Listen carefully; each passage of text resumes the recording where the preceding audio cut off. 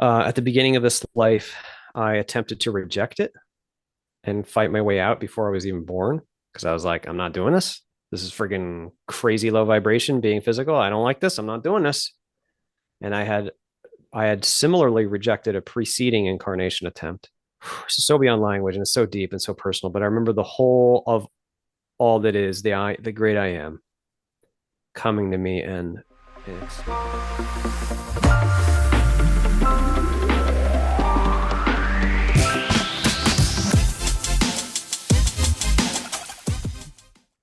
this is Christian Sundberg on Your Superior Self. Christian, my man, this has been a long time coming. I feel like this is like we've been working years to get this thing to happen. So thank you for taking the time, my friend. Sure, I'm honored to come on the show, sir. Thank you. I know your life is hectic. You've written a book and you've done a million podcasts, but how is today going for you? Yeah, I'm rich in the human experience, deep in it, doing the day-to-day American human thing right now. It can be demanding at times. But yeah, I'm living a rich and full life. Life is good. Yeah. Mhm. So are you still, well, I guess my question is this, right? Like, so you've written about your pre-birth experience. You basically have gone out and made this public, speaking about who we are, what we experience, our true nature. How has work been for you? Like your professional life, has that changed at all? Like how do people treat you now? Yeah, that's a really great question. So I've chosen to attempt to pursue a standard mainstream work life at the same time in order to support my family. And it is probably the biggest challenge, practically speaking, in my life because my perception of reality is probably not standard. And because authenticity is very important to me, and there are sometimes I feel like, being fully authentic is difficult in the workplace. But I still do pursue that. I think it's important to represent and be there. Spirituality is not about just going off necessarily in the woods. It's okay if you do that too. But being present within the mainstream activity that we do every day as humans, that's important too. So I do try to do that. And it is sometimes a challenge for me. Sure. Now, your pre-birth experience was a memory, like a remembering almost. It's funny because you and I are fans of Tom Campbell's work, and it was his work that kind of sent you down this journey into exploring through meditation, and you did some long form meditations that ultimately resulted in you having your experience, your pre-birth memory. Was that an out of body experience, or was that during the meditation? Neither. So, yes. So when I took up a meditation practice, I wasn't expecting any kind of outcome. In fact, that's very important in meditation is not to have any expectation, but simply to go see what you are, what consciousness is underneath all the thinking. So I did that for a number of months. And after a few months, I had my first non-physical experience, which was very eye-opening, and it kind of propelled me to keep going down this path. And then sometime later, I don't know exactly when, before a year, maybe a few months after the non-physical experience, I'm not sure, but the non-physical experiences had continued. But what was more, to your point, is the pre-birth memory was just there. It wasn't like all of a sudden there was, a grand opening of the gates or something. It was just, I was aware that it was there. I don't know how else to describe it. It was like someone had blown leaves off of the ground. And I just mentioned it to some people near me, like, oh my goodness, I remember existing before this life. I remember choosing this life. It was just so normal. It wasn't strange. In fact, it was the more normal thing. It was like once my state of awareness had reached that place, it was the more normal thing. It wasn't like this huge, like shocking epiphany. It was more like, oh, now this is actually the strange thing, the human experience. And that was just something I experienced that was very dear and personal to me, very personal. And it was just there. So I'd be walking around, and doing daily activities and be thinking on it and reflecting on it and feeling the presence of the veil right now, because that's part of it, is that awareness of the presence of the limitations in consciousness that we wear in order to be physical. So, yeah. Can you feel the veil right now? Yes, sir. What does that feel like? You tell me. You're also veiled. we're, I we're don't. all veiled. You've had the We are experience. all I'm veiled. still No, no, no. We're carrying all this. we're all veiled. So we all. I mean, what? I guess I'm just saying. I'm being a little facetious, but I'm just saying that because we all know what it's like to be human. And the veiling is just it's like a cloak of constraints that we wear on and in consciousness in order to have the human experience. So for me, it's very difficult to describe it, but I can feel it like a cloak that maybe that is worn on and in my awareness. The metaphor I like to use is on those, those police shows, the cop shows, where Mhm. someone's in like the interrogation room and there's like a glass wall and the cops can see in, but the person in the room can't see out.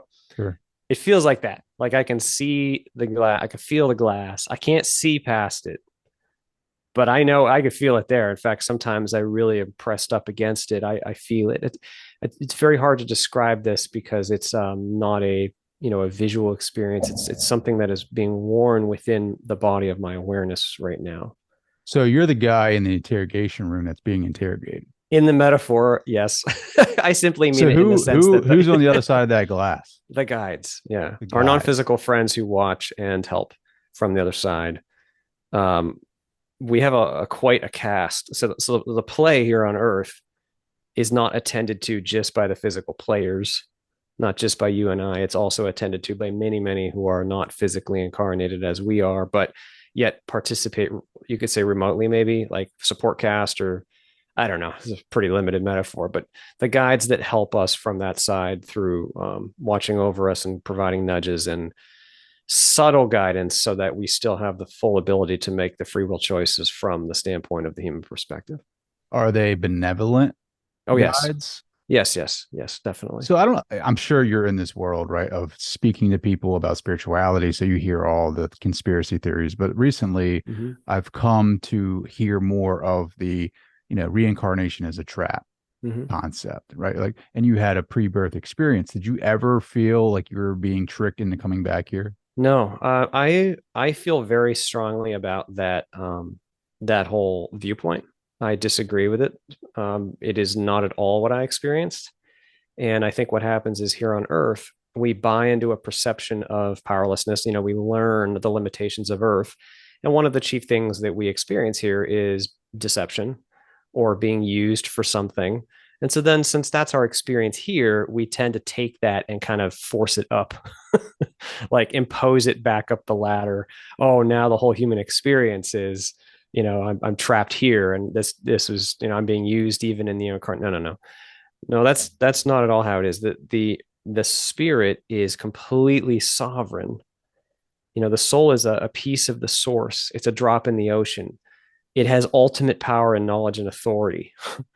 So it's not like there can be a deception, and it's not like how do I put this? The viewpoint from which the decision is made is full, very full, and then the decision to incarnate has to very much be personal, and it has to be a surrendering of one's own power because there's no authority greater than source, and you're a part of source. So what can lock you away other than you? You Mhm. see, and that process is done very much intentionally because the opportunity of the physical incarnation is seen. It's an incredible opportunity. It's like winning the lottery. It's such a huge opportunity. And so there is a voluntary surrender to the veil, a surrender into that process. And that is done with full knowing and voluntarily. So I very much do not resonate with the idea of a soul trap. I mean, I agree with that. Like if I was going to fool myself into thinking that I was a human, I would have to create a veil, right? Like if I am source coming into this reality, Mm-hmm. like who is this infinite being, like you would have to trick it, right? I mean, to thinking that it was a human being, right? And the veil is very deceptive, in my opinion, right? Like I haven't had an awakening experience, so I haven't experienced a non-physical or a pre-birth or anything like that. I've had some pretty righteous meditations.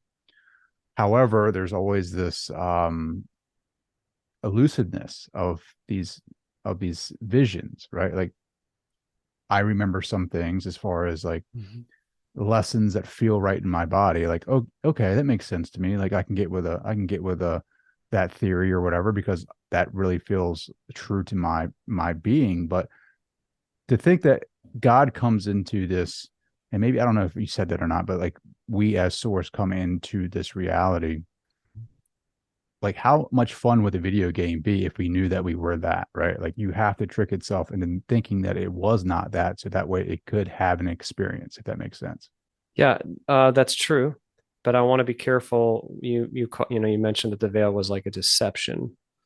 I don't, it would be like saying that when you sit down to play a video game, you're deceiving yourself. Well, you can think of it that way if you'd like, but I don't think it's an accurate representation. It is definitely an obscuring of the full knowing of what we are intentionally. Well, I would be constraint, hesitant that right? A constraint. it is a significant constraint. So I shouldn't say Yeah. deception, like deceiving itself, but more or less like a constraint so it Yes, doesn't know exactly. itself as that, right? Yeah, Like it, exactly. Yeah, exactly. A significant constraint that we wear so that we can have the perspective of just being the human. And that is the opportunity, is actually being like, I mean, we're not actually human, but we feel like we're actually human, man. We've come all the way. We're pushing the limits here. And that is the name of the game, though, you see, is to really lose yourself and immerse yourself in that local perspective and then make choices. You see, and then have a context in which you get to make choices and respond every day from that perspective. And then when you expand back out, now you've actually had that perspective. I've actually been a human. I actually know what it's like to be cold or hungry or shameful or powerless. I actually know what it's like then against that counter pressure to make choices that might be difficult at the time. That's something that is only possible through the offering of the contrast, you see, of the veiled limited perspective. It's precisely that limitation that provides the offering of the intense contrast. mm, I love that. So I'm going to ask you on record, who are we? Yeah. Well, who are we is beyond language. It's one of my favorite questions, but it can't be answered with words. But the closest thing we can say is that we are consciousness itself, spirit itself, and that we are multidimensional beings of love and peace and freedom and joy. That is our true nature. Wow. Our true nature is love and joy. And we are so creative and so powerful and so free that we even have the opportunity and the choice to, what if we veil ourselves super, super deeply into being this physical thing? What if we do that? That's how free we are. But we are still multidimensional. We seem to have really lost ourselves here because we've really taken this experience to the far end of the spectrum when it comes to experiencing separation. Separation is a non-native experience. It's a non-native state. We're not actually separate from each other or from the whole, ever. But we've really pushed the boundaries to see how far we can experience separation. Like, how deep can we go? How far can we push the envelope? That's what we're doing. That's what we're doing right now. We're really pushing that envelope to see how deep we can have that experience. And that is one heck of an adventure done by that multidimensional self, Hmm. the true you. Do you think we live in a virtual reality? Yes, in the sense that the form of the physical experience is non-fundamentally real. Yes, this is a virtual reality. It's a real experience.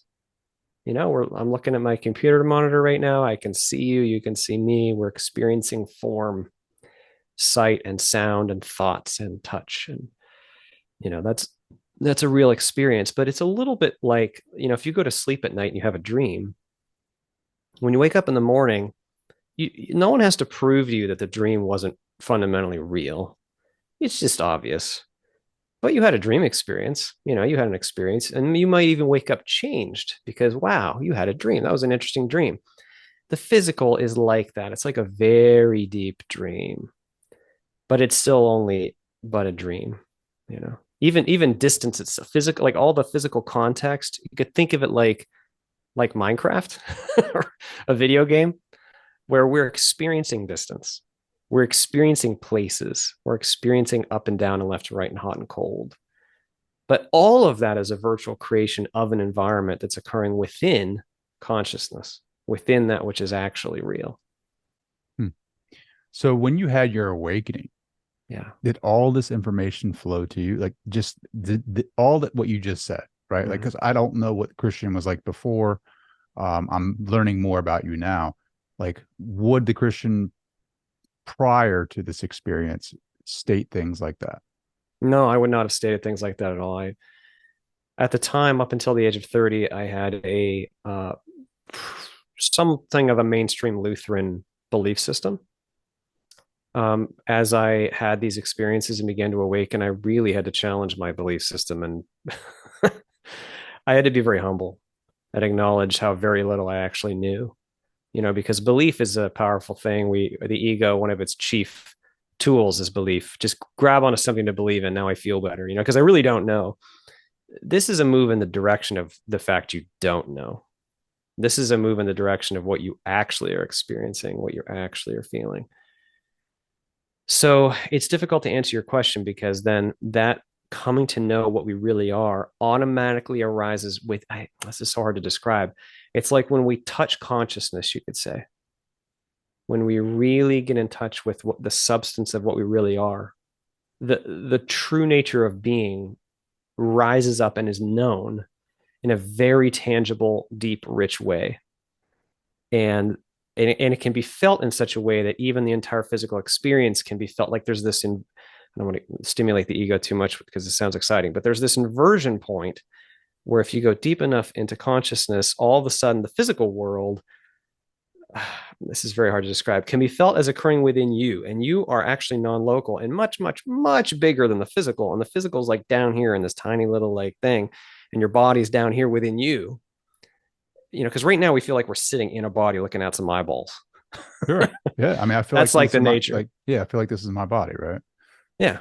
But actually, the body is an experience, not a thing. It's an experience happening within your consciousness. And when you unfold, there is a bliss of being. And then what I just described is felt and known. I don't know how else to describe it. And there are layers of being, you could say reality layers above this one. For instance, I've had experience where I'm in a state of being where like I was in a room and this woman said something about China and I saw her thought. I know this sounds nuts, but I could perceive, see, and hear the pitch. Yes, it had a pitch of her thought reaching around the world and touching China and having an effect on it. Because there's like this, uh, not real big on terms, but like there's this astral realm or something. There's this layer of reality before ours that's thought responsive and thought derived, and it gives rise to the physical. And I'm just saying that reality system is perceivable. So it's within being, and it's actually a real place, you could say. So It's the kind of astral realm limiting. is a real place that faults. Yeah, I'm so careful with words because I don't want to label this or that layer of reality. I'm no expert. I know certain out of body explorers with lots of experience, like Bob Monroe and Tom Campbell, that we've talked about. They've gone to some length to label some of these systems. Bob Monroe has acronyms and things too. Sure. I I am not careful about doing that. I just know that there are these layers of reality that are very real. They're, in fact, some of these reality systems that can be experienced are like far more real and lucid than this. It'd be like going to an IMAX movie theater and then coming out and watching a black and white television, and people are saying like, well, how do you know that was real? Well, I mean, goodness gracious, if this black and white TV is real and that's freaking real, it's that deep and rich and full of vibrance and color. And um, again, I'm not trying to quantify the whole, because it's not just one system. The other side is an extremely complex, multi-layered. Well, you've made some really good metaphors, right? Like you've stated before where you're looking at a movie screen, right? Mhm. And then you can change your attention and go look at another movie or maybe movie Yeah, screen is always there, but you're changing movies, right? Like yeah, if you're changing your awareness into a different reality, like you can see a different version of yourself in a different movie, if that makes sense. Have you been able yeah. to do that? Um, Not so much voluntarily. I have had a few voluntary experiences, but for the most part, involuntarily, yes, that arises for me where I will be perceiving another reality frame. Sometimes when my body is asleep, sometimes when I'm in meditation. Um, but yeah, it is like what you described, where the movie screen is your awareness itself, your consciousness itself. And then I love Tom Campbell's language. Tom Campbell has done a huge service by providing some language for us, some metaphors. And what he says is your consciousness receives a data stream. I love that metaphor. It's like a radio that's getting a, wavelength, like a radio signal, a channel. Sure. And the radio doesn't actually go anywhere. The radio just shifts the channel that it's receiving. That's a good analogy for what happens within consciousness. It's just that here we are really, really, really focused, typically really focused into the physical. Typically, we're like staring hard at it. In fact, there's this great Seth quote. I don't remember the exact words, but it's something like physical reality is like a bright point of light that you just never look away from. Hmm. And that very much is my experience. And then what happens is the more you look at it, because we're veiled, see, one of the things the veil does is it helps us to stay focused within it, right? The more we look at it, which means the more we pay attention to our thoughts and to the sense data and to all the stimulating story of this human character, the deeper we get wrapped into it. And so meditation is the act of stepping away, putting it down. It's just putting down what you're not. That may be very difficult to start because you have so much momentum build up, so much thought momentum and association momentum with the form. But it's okay. When you put that down and you take a step back towards your own consciousness for what it is, no expectation. Just go see, go investigate consistently every day. What am I when there's no object, just the I, and feel it. And then that is inadvertently looking away from this radio channel by looking into the now of consciousness itself. Hmm. Will that expand like the aperture almost to the Yes. awareness? You know what I mean? Yes. Like, Yes. Very much. Yeah. Very much. Because what happens is when you put down the thought, you're no longer, you're not, see, okay. So when you have a thought, you are the being who is having the thought. So if you have the thought, I'm hungry for a sandwich, at that moment, you are the being who's hungry for the sandwich. That's what you're not everything else. You're the hungry for the sandwich guy right now. So when you put down that thought and all other thoughts and you're alert, what happens is you've simply put down that which you're not, which is like letting go. Metaphorically, if you're in a movie theater, instead of watching the screen, now you've turned your attention towards yourself in the seat. hmm. And then suddenly it may arise to you on its own. Oh my gosh, I'm in the seat. I'm not in the movie. I'm in the seat. Wow, I was taking that movie really seriously. Yeah, that's awesome, right? Because then the awareness, like there's a difference between consciousness and awareness. I think I Tom use the Kim. terms pretty interchangeably, but some do draw a distinction. I don't like to distinguish because I think it's important to not draw distinctions when it comes to the substance of that which is knowing, because that's thinking. And that's what we're trying to get away from, right? Like, well, thought form, right? Like Mm-hmm. what you said earlier previously about seeing the thought form and it going to China and having an effect on China, Mm-hmm. I thought was very fascinating. So when we have thoughts, Mm-hmm. can they affect other people, right? Like so Yes. when we're planning out our day, like it's essentially having an effect on the day to come. Yeah, and I want to draw a distinction here because while I'm speaking to the thought, the umph behind the thought is actually your intention. So the active ingredient is the intention, not the thought itself. The thought is more like a rock. And a rock can be thrown this way or that way with different quality. You know what I mean? Mm-hmm. So the quality of your intention is what's reaching out and touching someone else. Uh, so not to get down a tangent, but as an example, that's why prayer is sometimes effective. I don't want to overgeneralize, but I just mean that if you have a focused intention of love and compassion, and I really want to help that person, and you just focus on that, it's not so much the words you say in your mind or out loud. It's more your focused intention that is producing an effect. Mm-hmm. And so we do that with our thoughts all day long. We don't know, like we get lost. Our intention even gets lost because we just end up repeating these same thoughts over and over all day long. But are we doing that out of love or fear? Are we doing that just unconsciously or do we regain consciousness? You see, because a lot of the ego's activity is unconscious. We've just fallen asleep into thinking and doing and thinking and thinking and doing and associating. And I'm this story. And let's pause and step back and return to alertness. And in that, there's a great strength that returns, because then you can much more intentionally wield the intention, much more consciously and with greater awareness, wield the intention. Sure. Now, your thoughts when you Yeah. had your pre-birth remembering, did Mhm. you still feel like Christian?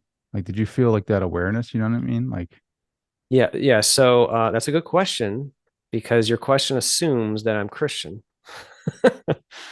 So what I mean is, I think the better way to put it is, that I feel like myself. Yes, more myself, actually, more myself, because who you are is not the human character. Who you are is you, like the you that feels like you to you. When you really go in yourself and you feel, who am I really? That quality of being, that precious I, that's just you, that no one else is, that you, that precious you, that's who you are. hmm, Okay. So when you return to a state that precedes a form association, the knowing of that I is very deep and rich and real. And then so from that, you realize, oh my gosh, all the association is actually less me. Like being the human. So you might think I'm the name. Well, you're not actually your name. But when we're associated into the forms of the human condition, then we've kind of bought into something that's alien in a way. And that's why a lot of near death experiencers say they felt more like themselves after they had died when they come, and not less. It wasn't like they had lost their who they are. They awakened to who they really are, and realized that who they really are was having the human experience. I love that. Speaking of aliens, Did I say aliens? speaking of aliens, did you remember any lives that had to do with being an ET or any of that phenomena? I do have one memory of one life that was in a physical civilization that was very advanced and evolved, and it wasn't Earth. Hmm. I don't have much memory of it, but that was me too. So yeah, I know that sounds crazy, just one, and it's just one, but I don't think it's as strange as it sounds. I think a lot of us have like more than one type of experience. The soul is very rich and deep, and What was different about that, right? Can you name it or any distinctions yeah, I between can name a that and distinction. this? Yeah, sure. So the human collective consciousness has a flavor, a quality.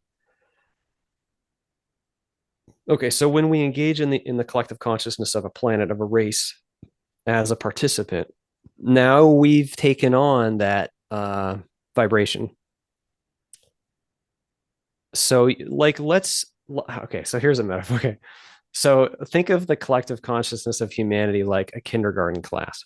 Hmm. And the kindergarten class is still learning how to not cut each other with scissors. They have a lot of creativity, a lot of power, a lot of uniqueness. They've really created a really unique class, but it's kind of raucous and loud. And, that's kind of like the human collective consciousness. It's very valuable. Nothing wrong with it. There's nothing wrong with that. But then your question is like, well, how does that compare to, say, a quiet college classroom where everybody is like maybe in their PhD studies, and you know what I'm saying? Like it doesn't have the same feel. It's the simple. Sure. So I'm trying to describe, just using metaphors, a profound energetic difference in the quality of the energetic nature of the collective and of the species and of the biology, because the biology itself also has a very unique set of, like, the biology is worn as a set of constraints, and each biology has its own unique like cognitive Sure. opportunity, so that's very unique per race and per opportunity, per species. So if that civilization was very advanced, right, like a college class, I'm assuming that they didn't have to speak words like we do, right? Like telepathy maybe or communication in that Well, I way. don't know in the case of that one experience. I don't know physically here, or whatever reality system it was physical, but assuming it was in this reality system, I don't know how they communicated. But I will say that telepathy is our normal form of communication. Hmm. So the more advanced we get, I don't want to make this sound like duality, because it's hard to not make this sound dualistic. But we'll just say the more evolved we become and the closer we get to our true natures, the more natural telepathy is, because telepathy is the natural form of communication, because we're all one. We're all connected. So it's only here in separation where, guess what? I got to throw sounds at you, and you got to hear the sounds, and you got to compare them to what you learned as a kid, and compare it to your history, and then throw some sounds back at me, and then I end up going to 8 hours of meetings at my work all day, talking to communicate a small amount of information. Because I'm just saying we're inefficient, Sure. as humans in our communication method. Our true communication is very rich and full and complete. It's not clunky and small chunks of word. It's feeling, knowing, it's full communication. Hmm. Yeah. Wow. What about other lives here on this in this world, in this reality, right? Like Mhm. any of them that influenced you like right now? Do they still influence you right now in this reality right now? Yeah. So I'm aware of two experiences I had that are very much related to what I'm doing here today. And the reason I put it that way is it's not like those other lives are things that influence me. From my perspective, I had that experience. I'm having this experience. It's still me. It's the same me. Doesn't really need a big distinction. It'd be a little bit like if somebody at the end of the week said, Monday night you did something. Did Monday night? How does Monday night affect your Tuesday night? I mean, it does, but it's just you having all these experiences. So, anyway, in my case, the shared theme is that I came to this life to face and process a very, very low vibration fear, a specific fear.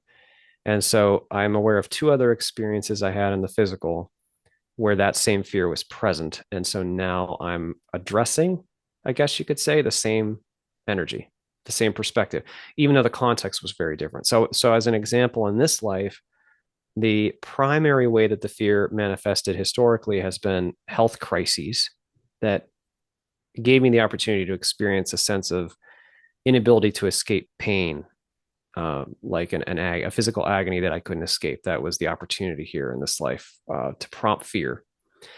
But in a previous life, I know one time I had an experience as a woman who had given birth. I know this sounds wild. I'm just sharing openly. I was a woman who had given birth, and the birth was very painful. And I was pregnant a second time. And I remember having the same fear because I knew the pain was coming. Hmm. Like I knew the pain of child labor was coming and I couldn't escape it. So it was the same thing of being unable to escape pain, though the context was very different. So when you were that woman, did you feel like her avatar? I mean, did you feel everything was just as real as you sitting here talking to me now? Yes, from this perspective, I don't have full access to that because I'm quite veiled. But in the little bit that I have, yes, it's the same me, just having an experience of being a physical woman. I remember certain aspects of the environment, but environment isn't really super important. What's most important is the experience itself. Hmm. So, yes, it's the same level of reality, just like this seems super real. That's just how other experiences are, you know? And that fear, right? Like that you talked about, like Mm-hmm. that event. Can you talk about that at all? Do you feel comfortable talking about Yeah. that? The event in this life. Yeah. So the way it physically manifested was initially. So I had health issues throughout my childhood. I had celiac disease and didn't know it, an autoimmune disease. And I had a heat stroke in Chengdu, China. I tried to move to China after college because I'd studied in Beijing in college. And I had a heat stroke in this hot city. I was in the hospital for 4 days, and they gave me bag after bag after bag of potassium over these 4 days. And something about that incredible amount of potassium burned out my nervous system, caused this very terrible physical neurological pain that I could not escape from. Plus, my body wouldn't sweat for 11 months. Wow. So whenever it was hot, I would just get sick. So I was in extreme physical pain for weeks. So that was physically the symptomology that it took. And the reason I say that is because, like, we like to talk about what happened to you, what action, where did you go, what physical thing. But really, what we're all doing here is we're all having an experience. That's what's first. And when we have an experience, we respond differently to different experiences. We have our own unique quality of being, and we respond to each experience in unique ways. And we label them and apply meaning in unique ways. And all of that is what's really going on. It's not just so much, you went to a place and had this experience. So in my case, physically, that's what happened. But inside myself, I was psychologically traumatized. At the time, I just divorced myself from myself just to escape this terrible pain. I had post traumatic stress for a number of years. In fact, I didn't even have memory for a few years up until the age of 22. I remembered only tiny spotty memory. I had almost no memory. Um, talk about an opposite end of the spectrum. Yeah. Until I really processed it through years of counseling and, became a warrior of feeling, because I relied on my intellect and on my accomplishments and all this stuff that didn't matter rather than actually going in and feeling what I really felt. And with guidance and help, I did that. I went in and layer after layer after layer, 700 layers down. I processed what I was actually feeling in my body in the current moment, every emotion, every physical feeling, all the way down to that deep and horrific moment that was my ultimate deepest fear. And I faced it, felt it, processed it. That's what I'm here to do. See, because when we do that, it actually it's extremely empowering. I don't want to go too far down this path, but when we go into the dark closet and face the monsters in there and actually feel everything we feel and allow the vulnerability that we really are and actually face our crap. Because this is not about new stories. This is not about new actions. Because we tend to think, just tell me what story I can, tell me what I can do, tell me what action I can take to avoid my pain. No, you got to go in to exactly how you experience life, really, for real. Feel it all the way. Even if it feels like it will destroy you, it won't. And then because you were willing to see it and feel it, there is an expansion that takes place. It's freaking so powerful. There's a healing that can take place that we can only do here in this rigorous, dense place. When you healed that, do you think you healed it in the other lot in the other life as well? Yeah. So all the experiences are taking place in the one now. So this is the simplest way to comment to that question is that when you process something in this now, you're doing it for all your nows forever because all the forever nows are in one now. So if you choose this now today to face your crap and feel your stuff and own who you are and really like say yes to life again, stop rejecting. Now, when you do that in this now, you are doing it for all the nows and you get to keep that. Now, now, do you No. do you think can you say that is similar to what karma is, right? Like Hmm. fear in that life, the fear in this life. Like, is there a karmic link? Yes, absolutely. So karma, yes, karma is basically just a word for cause and effect. And basically, we are 100% responsible for who we are. That's the short version. You can't actually run them from it. You can't actually hide, in the big picture. If you have fear, so on the surface, it's if you have ego and you've damaged others through egoic action, egoic belief, hurtful action. But really, underneath all that, the actual issue is fear. It's not really ego is just a symptom. It's just part of yourself that's really trying to fix the damn problem. Mm-hmm. Fear is the real issue. So if you have fear, you have fear. That's just how it is. So if you have fear that you've actualized in a previous experience, oh wow, guess what? You've done that. So now you can see, wow, that is a part of me. We could put it that way. And since it's a part of me, it is best if I now re-engage that part of me and heal it. It's not that it's like a punishment system or something. No, it's just you could say it's accountability, but it's more just like you are who you are, and the system of cause and effect that has been built within the great wisdom of source is perfect. It's excellent at in the long run allowing us to face ourselves and to grow towards love. That's what all this is about. This is all about growing who we really are towards love. Past fear, processing fear is synonymous with growing of love because our true nature is love. So all we have to do is work through the crap that we're not. You see, and then what we really are is strengthened and empowered. That's really what we're doing. So karma is just a long it's just it's like an energetic physics, you could say, that helps us to ultimately face ourselves and to grow towards love. Sure. Did you ever meet the big cheese that Tom Campbell talks about? Not to my knowledge, no, not No. to my knowledge. Um, Did you ever have an experience with source? Yes. So in my pre-birth experience, at the beginning of this life, I attempted to reject it and fight my way out before I was even born because I was like, I'm not doing this. This is freaking crazy low vibration being physical. I don't like this. I'm not doing this. And I had similarly rejected a preceding incarnation attempt. And so yes, I remember it's so beyond language and it's so deep and so personal, but I remember the whole of all that is the great I am coming to me and expanding me back out while I was still physical and showing me all of what I still am. Like I by being veiled, I hadn't lost all that I am. That's what I was reacting in fear to. It was like I was terrified that I had lost all that I am. And Source expanded me back out and said, "This is still what you are. You can never not be this." And that was the most holy moment of my life. And the level of love and understanding is impossible to describe. A billion times bigger than the wisest, most loving thing we can imagine on earth. It's unspeakable. Can you still feel that right now? I do feel it, and I try not to look too deeply into it because it makes me very homesick. I don't want to do that. No, it's okay. I feel homesick every day a little bit, but How, no, it's very it's like the most what we are. So while we think of it here, there is a pining. Like if we really connect to it, there's a pining, a homesickness that is profound.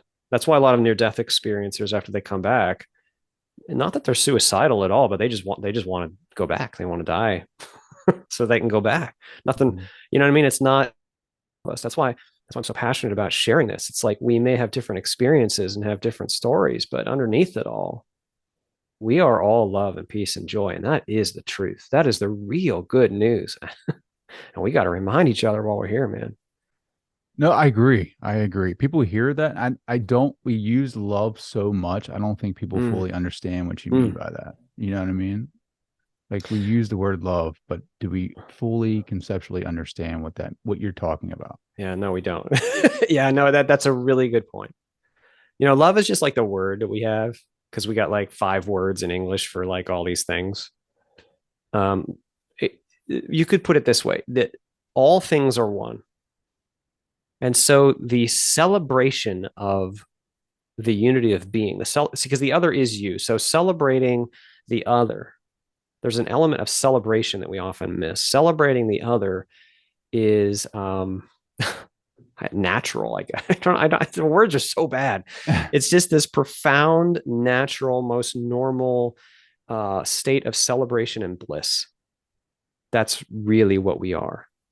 We're not actually separate. We're not actually the small woe is me story. That's not who we are.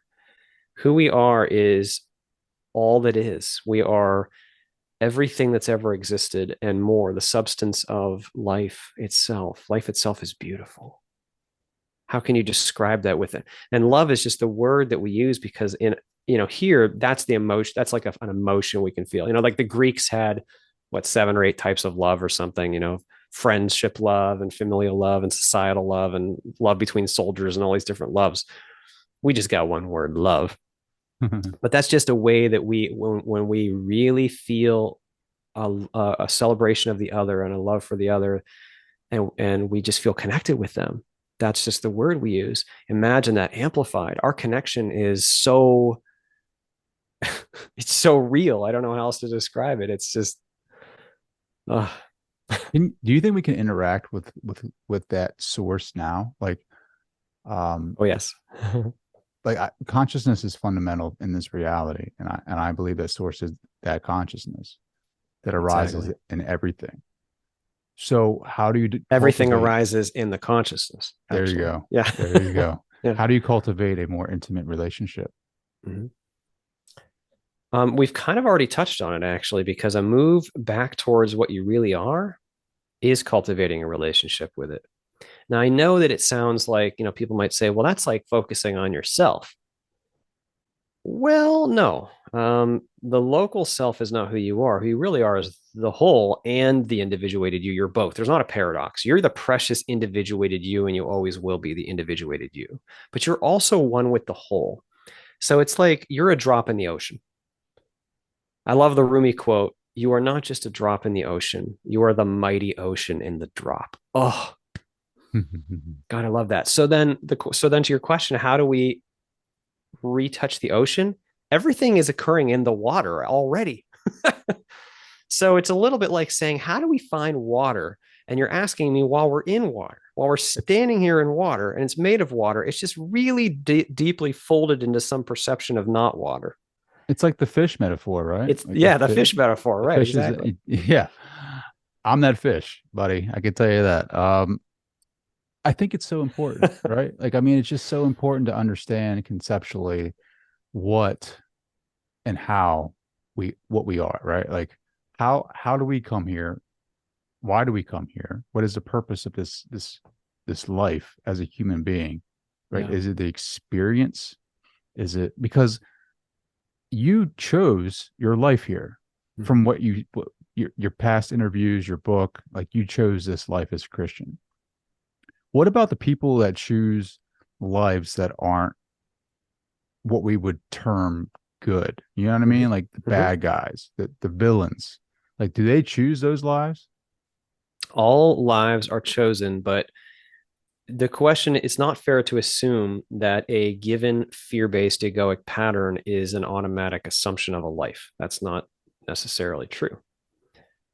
Rather, what we sign up for is a context and a set of constraints. And then we want to see how well we can do in there. Now, our set of constraints here are off the charts.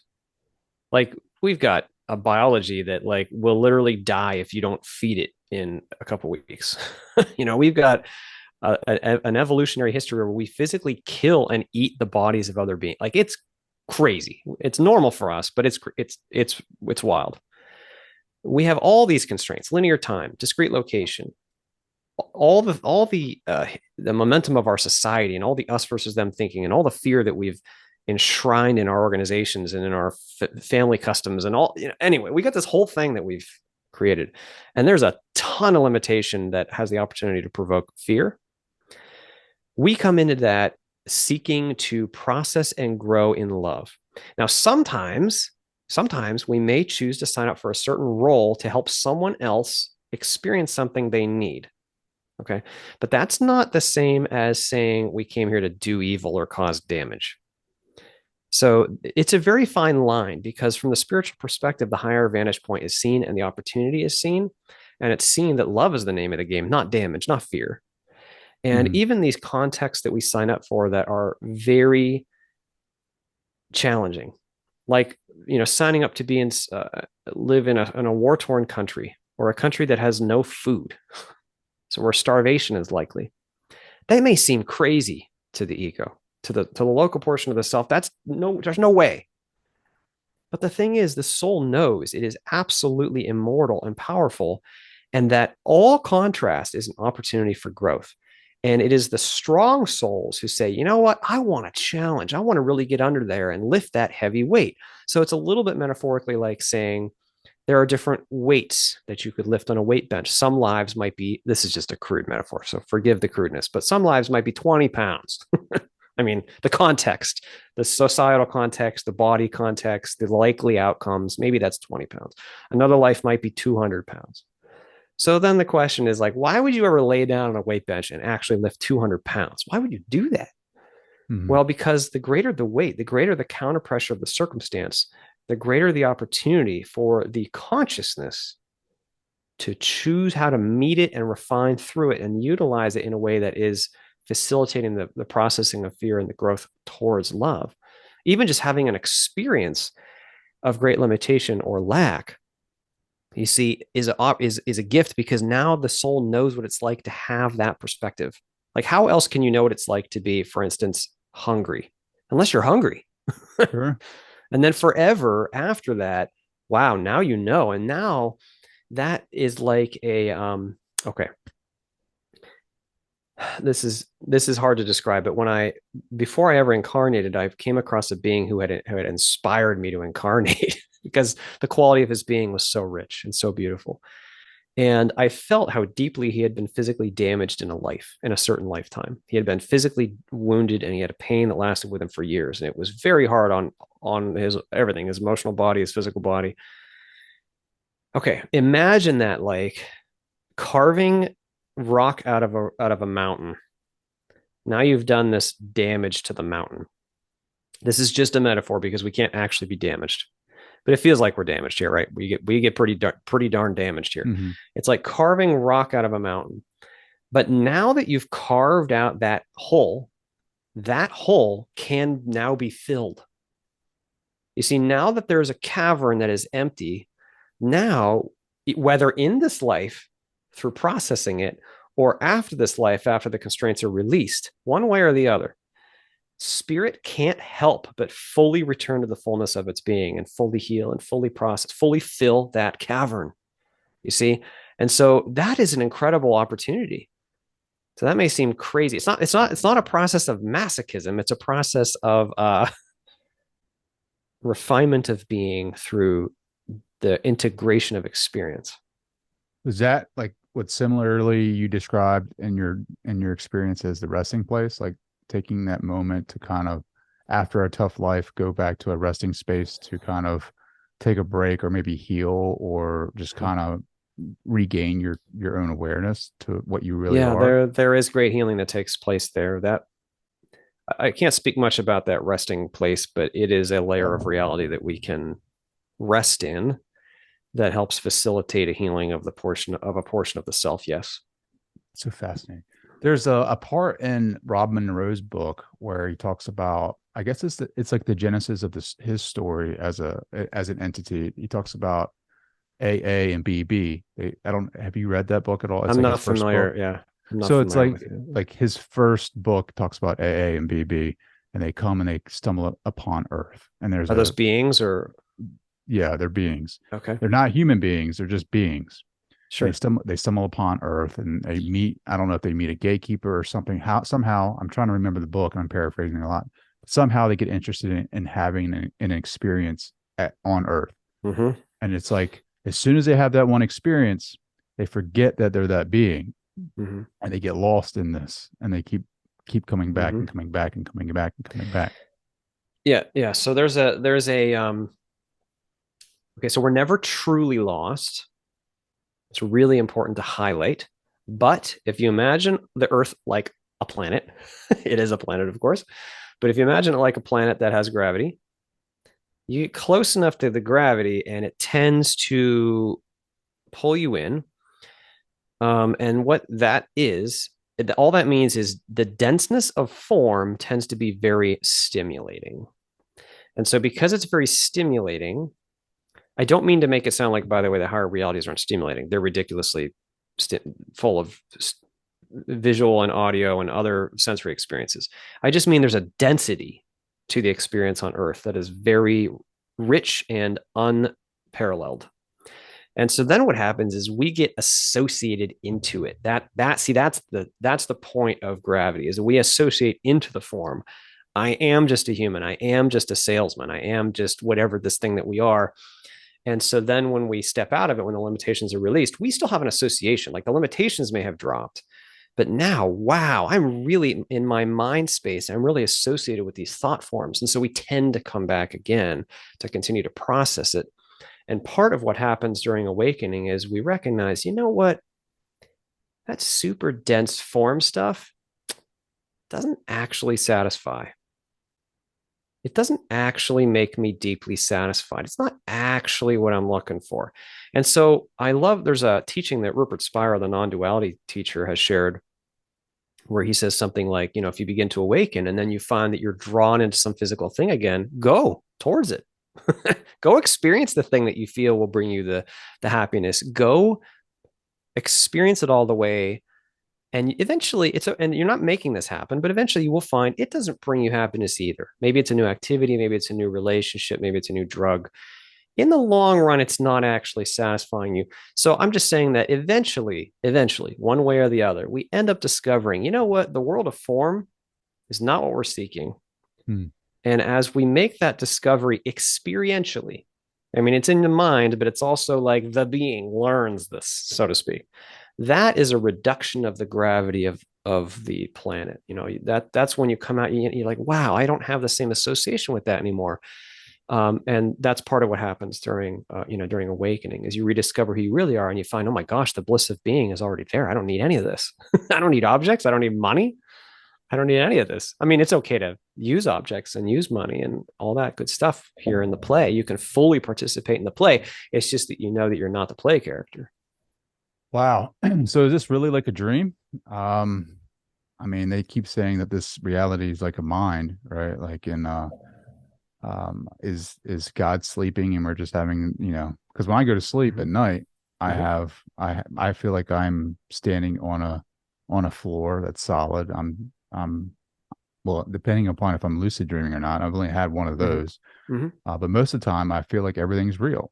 So in In this the dream. reality, in the dream. Mm-hmm. And right now this feels like very real. So Mm-hmm. ultimately, are we just dreaming and we've forgotten? Yes.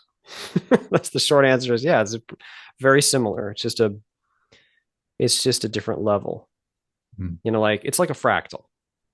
Like we fall asleep into the human experience, and then as the human, we fall asleep into a dream experience.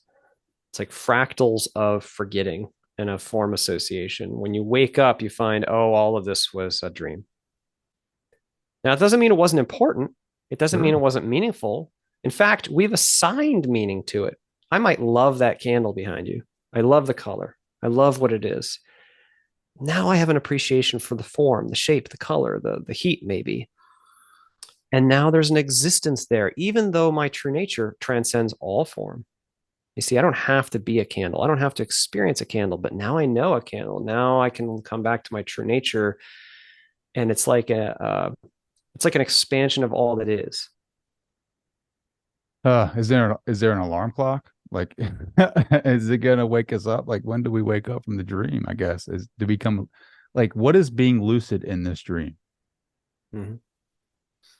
Yeah, being lucid in this dream is a move towards full alertness, not making anything up, but not settling for thoughts,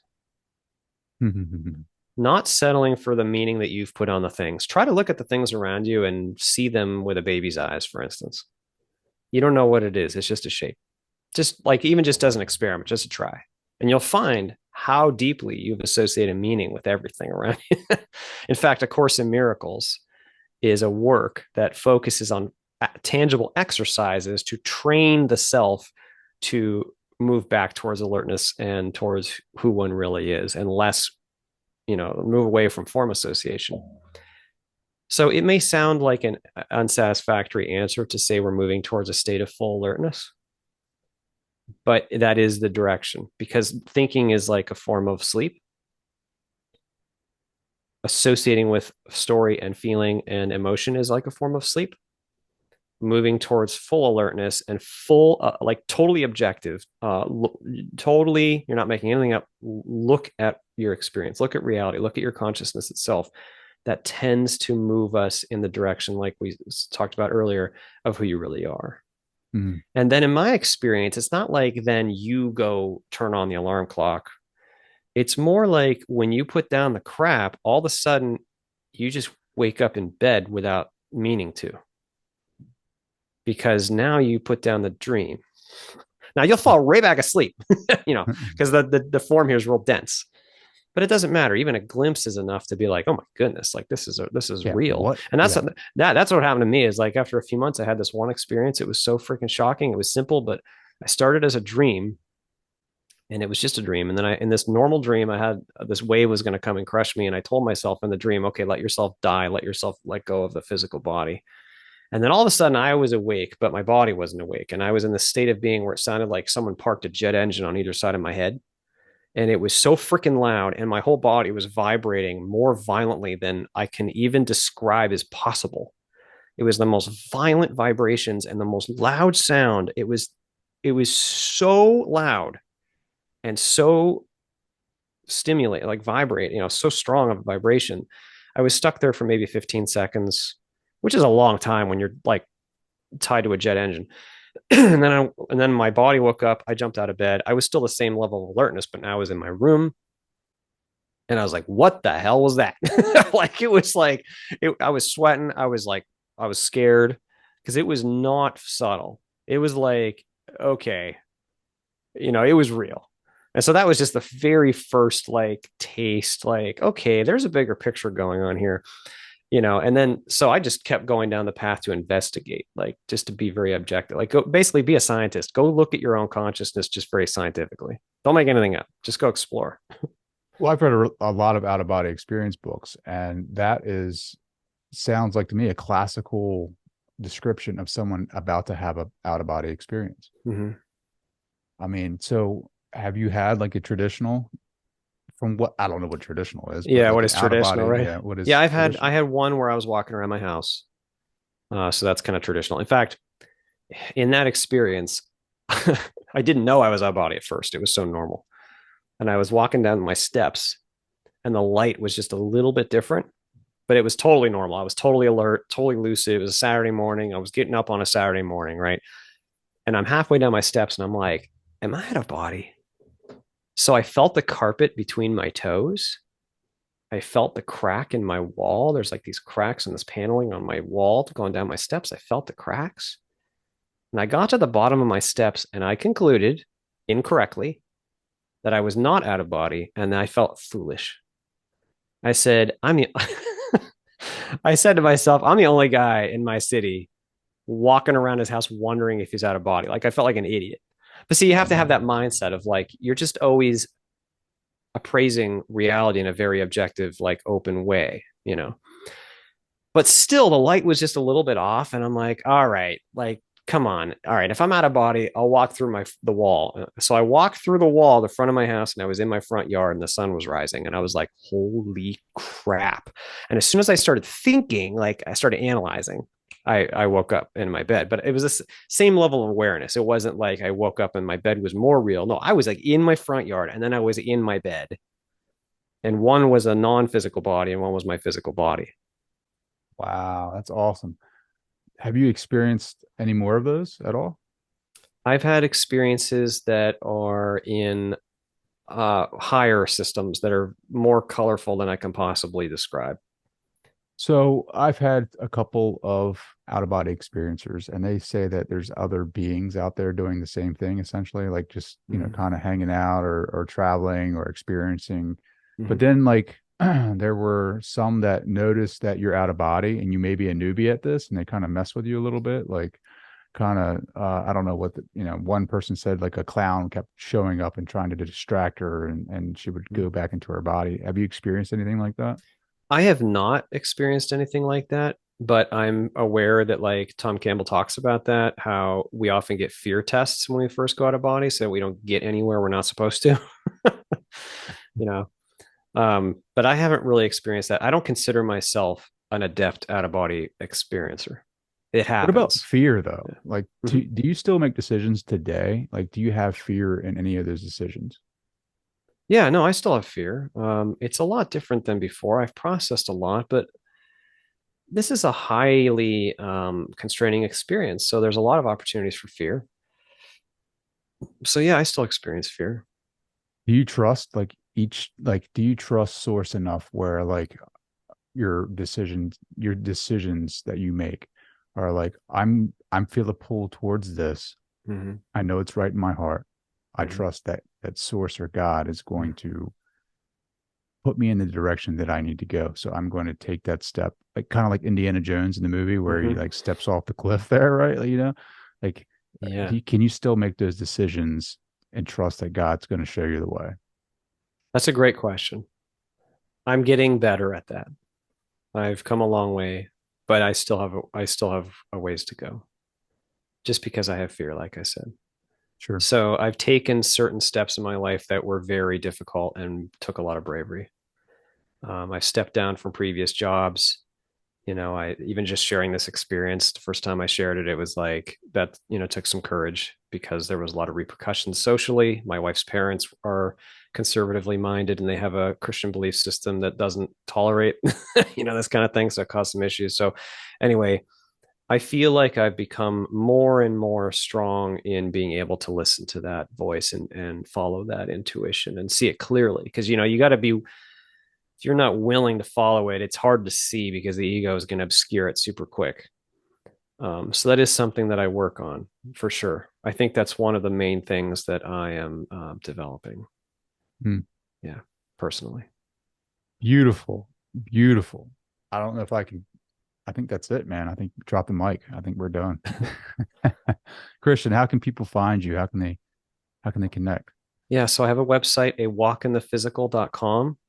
My book is available to be read for free on the website at the third link down on the book page. It's not about money. I just want to get the message out there. It is available in print, in Kindle, and Audible, in the audio copy. And I get a lot of emails, but I'm happy to try to respond to emails if anybody would like to reach out. It's a walkinthephysical@gmail.com. I apologize if I can't respond because sometimes I have too many to respond to. But we're all in this together, and I'm happy to help. We're all brothers and sisters, and it's an important message to share. I do post talks that I've participated in on the website, so if anyone's interested, there's a whole bunch of them there.